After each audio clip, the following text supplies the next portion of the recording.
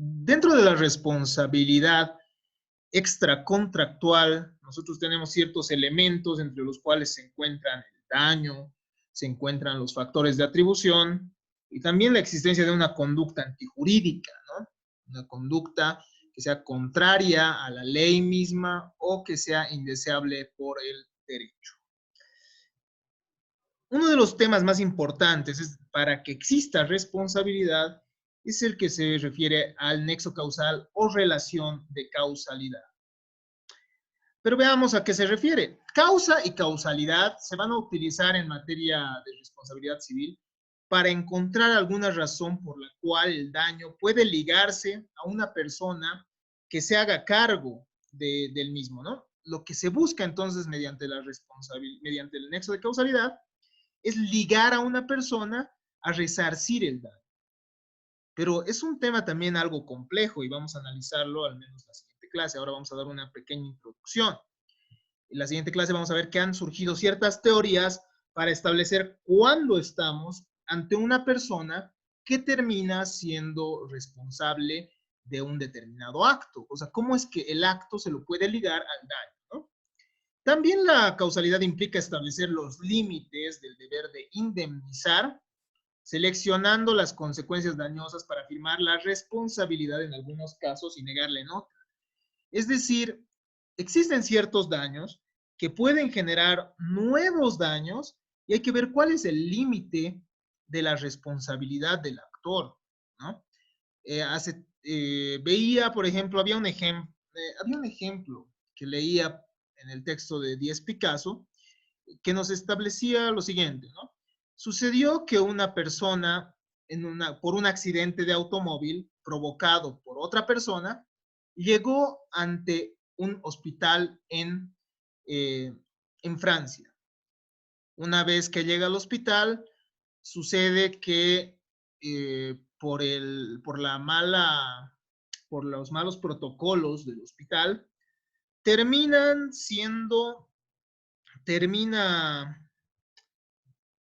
contagiándose con el virus del VIH, ¿no? Con el síndrome de inmunodeficiencia adquirida. En mérito a esto, ¿quién es el responsable? ¿El tipo que ha generado el choque, es decir, la persona que le ha chocado, o el hospital? ¿Y hasta qué punto son responsables? ¿Y quién? ¿No? Entonces se genera ese problema. Si nosotros tuviéramos que analizar una causa para el daño que se ha generado, tendríamos que acudir, pues, a inmensidad de supuestos, ¿no? A inmensidad de cadenas causales, incluso hasta infinitas, que nos puedan llegar a la primera causa y, bueno, no sabemos si vamos a estar ante la primera causa. Entonces, la idea de establecer un nexo de causalidad es no llegar a consecuencias que resulten ilógicas o absurdas, ¿no? En este caso, por ejemplo, no sé, una persona que sufre un accidente, bueno, no va a prever o no va a poder, de un accidente de auto no se puede prever que uno se contagie el VIH-Sida, por ejemplo. Entonces hay que ver qué tipo de teoría o cómo podemos atribuirle la causalidad de un hecho a un determinado daño, ¿no? Eso habría que revisar. ¿Qué es causa, en primer lugar, ¿no? Es todo aquello en virtud de cuya eficiencia una cosa es, ¿no? Una cosa es eficiente en mérito a esta denominada causa, ¿no? Y es también el efecto, todo aquello que es en virtud de la eficacia de la causa, ¿no? Nos dicen, causa es todo aquello en virtud de cuya eficacia una cosa es. Y efecto, todo aquello que es en virtud de la eficacia de una causa, ¿no? Entonces, la causa va a estar relacionada necesariamente a un efecto. Es así que nosotros distinguimos diferentes tipos de causas, entre las cuales encontramos causas físicas, causas morales y causas instrumentales. Las causas físicas van a ser aquellas que producen inmediatamente y por sí mismas una consecuencia, tienen una fuerza propia. Las causas morales van a ser dependientes de una causa física. ¿Por qué? Porque la causa de la moral es una valoración, ¿eh? Es decir, esto es bueno o esto es malo. Pero para decir que algo es bueno o malo, previamente tiene que tener una existencia física, ¿no? Y en base a esa existencia física, en base a ese fenómeno que podemos ver, podemos decir si algo es bueno o malo. Sin embargo, estas no las vamos a tocar mucho acá, ¿no? En este tema del nexo de causalidad.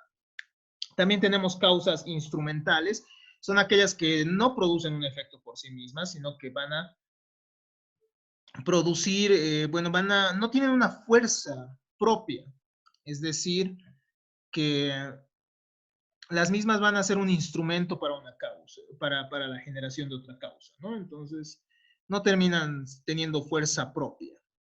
En derecho, para que exista responsabilidad extracontractual, es necesario que exista una causa y que pueda ligarse esta causa, es decir, el hecho, a la consecuencia, que es el daño, ¿ya? Entonces, la causa de la responsabilidad va a ser el hecho dañoso y la consecuencia o el efecto va a ser el daño, ¿verdad? Y nosotros tenemos que ligarlo mediante un nexo causal, que es lo que se necesita. Y esto va a ligar a la víctima con el autor del hecho dañino. Es diferente la causalidad jurídica a la causalidad natural. ¿Por qué? En algunos casos se complejiza el tema, nos dice, ¿no? Nuestro material. ¿Por qué? Porque la víctima puede pedir el pago a una tercera persona, si se dan cuenta. Nosotros hemos dicho y hemos adelantado a ustedes que una persona puede ser responsable por lo que hayan hecho sus hijos menores de edad. O uno puede ser responsable por el daño que haya hecho una cosa que es de su propiedad. O por el daño que realice su mascota o un animal que es de su propiedad. Entonces, si se dan cuenta, no existe esta relación de causa y efecto necesariamente en el derecho. ¿Ve? En el derecho no estamos ante esta relación causal física o natural. Así entonces, paralelamente al causante físico, la ley crea también un causante jurídico, ¿ya? Entonces, en los casos de responsabilidad indirecta, lo que ha llamado Kelsen responsabilidad indirecta, nosotros vamos a estar ante una causalidad jurídica. Ahora, el análisis causal de la responsabilidad no se basa en el orden natural necesariamente, sino en la voluntad de la ley tramada con propósitos sociales. En mérito a los propósitos sociales, la ley va a establecer, por ejemplo, que los daños que produzca un empleado tienen que cubrirlos o sobre los daños que genere un empleado es responsable un empleador, ¿no? El jefe, por ejemplo, o el patrón, como se le llama en derecho laboral. La causalidad en derecho, entonces, se crea jurídicamente. Es la ley o el derecho en general la que va a determinar que A sea causa de B. No estamos ante una comprobación, sino ante una imposición. ¿Qué nos dice nuestro material? Aún en los casos en que el derecho reconoce como causa de algo aquello que constituye una causa natural, esto no es causa porque sea natural, sino porque en ese caso particular el derecho ha conferido a la causa natural el carácter de causa jurídica. ¿Qué queremos decir con esto? Que si bien el derecho reconoce las causas naturales, en el caso de la responsabilidad extracontractual, por ejemplo, no está ante una causalidad, no se basa, ¿cómo diríamos? No se basa en la causalidad natural, ya que, como hemos visto, el derecho crea su propia causalidad. Y ustedes pueden ver, por ejemplo, en la obra de Kelsen, muy acertada, que el derecho responde no al principio de causalidad, sino al principio de imputación, que es diferente, ¿no? A ver, a grandes rasgos, el principio de causalidad es algo necesario, ¿no? Es decir, toda causa tiene un efecto. Si un metal, por ejemplo, y Kelsen nos da un ejemplo similar, ¿no? Si un metal es sometido a un ambiente de temperatura sumamente alta, obviamente va a tener cierta consecuencia de carácter físico, ¿no ve? Entonces ahí sí va a haber una relación de causa y efecto. Pero el derecho no responde a la causa y efecto como tal, sino que el derecho imputa a ciertos hechos que se dan en la naturaleza y en la realidad ciertas consecuencias. ¿No ve? ¿Qué es lo que dice? Si esta persona mata a esta otra, yo lo que le voy a dar son 30 años qué sé yo, de cárcel. ¿No ve? Entonces es diferente el sistema del derecho, pero como les había manifestado hace un momento, en los sistemas de responsabilidad, en los sistemas de responsabilidad, bueno, en lo que estamos estudiando, en los sistemas de responsabilidad, tiene que existir un nexo causal y esta causalidad puede ser reconocida por el derecho, ¿ya? Es decir, el derecho puede basarse en cuestiones naturales para establecer sus imposiciones. Tal va a ser el caso que vamos a ver, ¿no? En esto del nexo de causalidad. Entonces, el derecho sí reconoce, va a disculpar un momentito, por favor, voy a poner este en modo avión. Y listo. Como les manifestaba, entonces, la causa y efecto de la naturaleza, es decir, que se vayan dando en la naturaleza, pueden ser reconocidas por el derecho, ¿no? Es decir, hay casos en los que el derecho reconoce como causa a algo que constituye una causa natural. Y eso lo va a hacer en la responsabilidad. Pero ustedes tienen que entender que más allá de eso, el derecho también puede generar una relación de causalidad por imposición. ¿Ya? Obviamente alguien que lea que se me va a decir, eso ya no es causalidad, eso se llama imputación. Pero bueno, ese es tema de la filosofía jurídica y de la teoría pura, de la teoría del derecho, ¿no? Eso deberían verlo en esas áreas. Y bueno, les corresponderá a ustedes profundizar un poco más al respecto. En la responsabilidad subjetiva y en la responsabilidad objetiva, el derecho no hace sino reconocer jurídicamente como causa aquello que ya es causa en el ordenamiento, en el orden natural, ¿no? Entonces, ¿qué es la causa? ¿Y qué es el nexo de causalidad dentro de nuestros elementos para la responsabilidad? Como su nombre lo indica, el nexo de causalidad es una relación, el vínculo que debe existir entre el hecho que va a generar el daño y el daño. Si no hay nexo causal, esto es algo importante, si no hay nexo de causalidad, no hay responsabilidad. Porque estaríamos ante, por ejemplo, un caso fortuito o un caso de fuerza mayor. Y en esos casos, una persona no puede responder, no puede hacerse responsable, no puede resarcir el daño, no puede reparar el daño, ¿no? Según lo establecido por la teoría misma del derecho y por la legislación vigente, ¿no? Para los cultores de la teoría subjetivista, para quienes sostienen una teoría subjetivista, la culpa es un elemento determinante de la responsabilidad. Y la culpa, como elemento y la culpa, el nexo de causalidad, entonces debe darse entre la culpa y el daño para estos. Para los partidarios de la teoría objetiva, el nexo de causalidad tiene que darse entre el hecho riesgoso y el daño. ¿Ya? ¿Y cómo atribuimos esto? Esto vamos a ver, lamentablemente tenemos que dejarlo esto para la siguiente clase, pero vamos a verlo a cabalidad. Ahora, tenemos que realizar ciertas distinciones. Causalidad no es lo mismo que culpabilidad y no es lo mismo que autoría, ¿ya? La causa jurídica tiene, en la mayoría de los casos, una característica más personal que la causa natural. ¿Verdad? Eso para empezar. Entonces, en la causa jurídica sí existiría la autoría, pero ¿qué diferencia la autoría de la causalidad como tal? La causalidad natural de carácter mecánico apunta al enlace material entre el hecho antecedente y el hecho consecuente.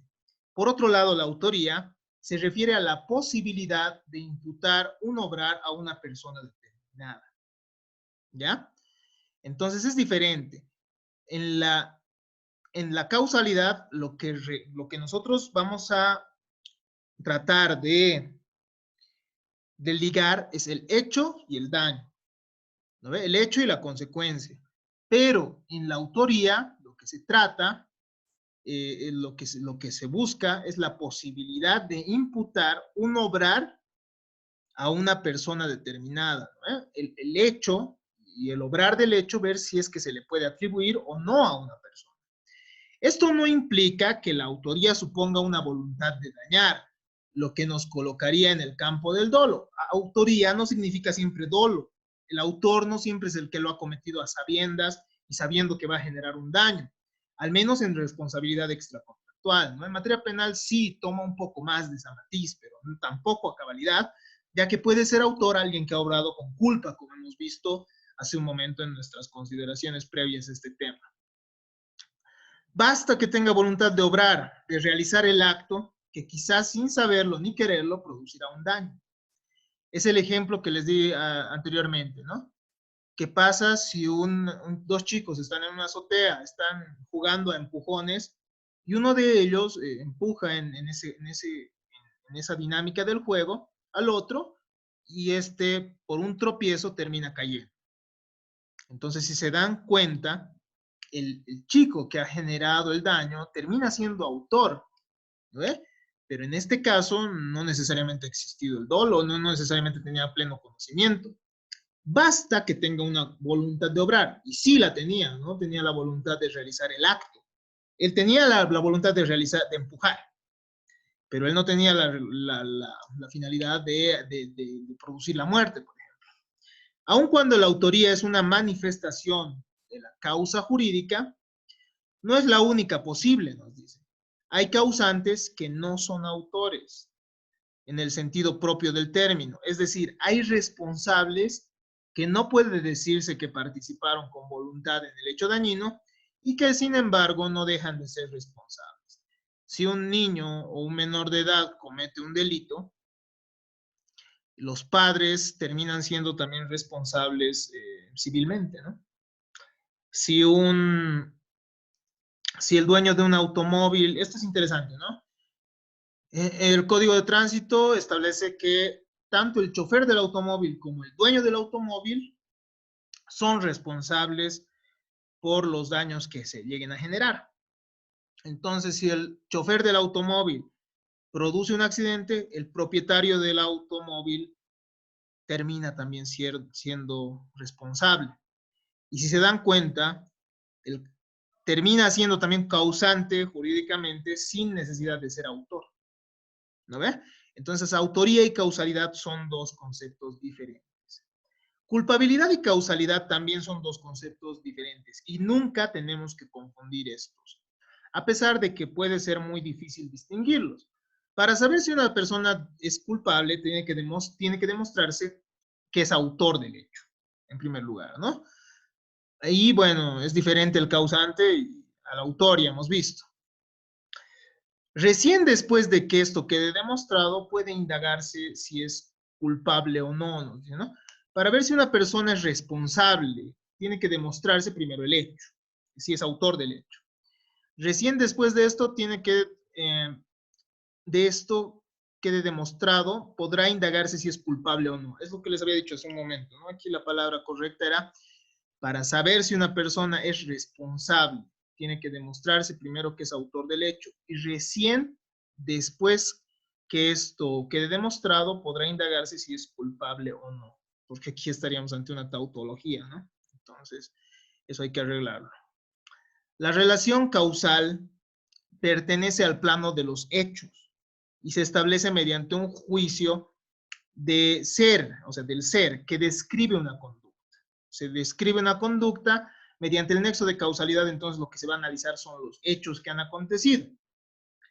Mientras que en la culpabilidad pertenece al plano del deber ser, cómo debería ser, y se establece con un juicio de valor que aprecia la conducta.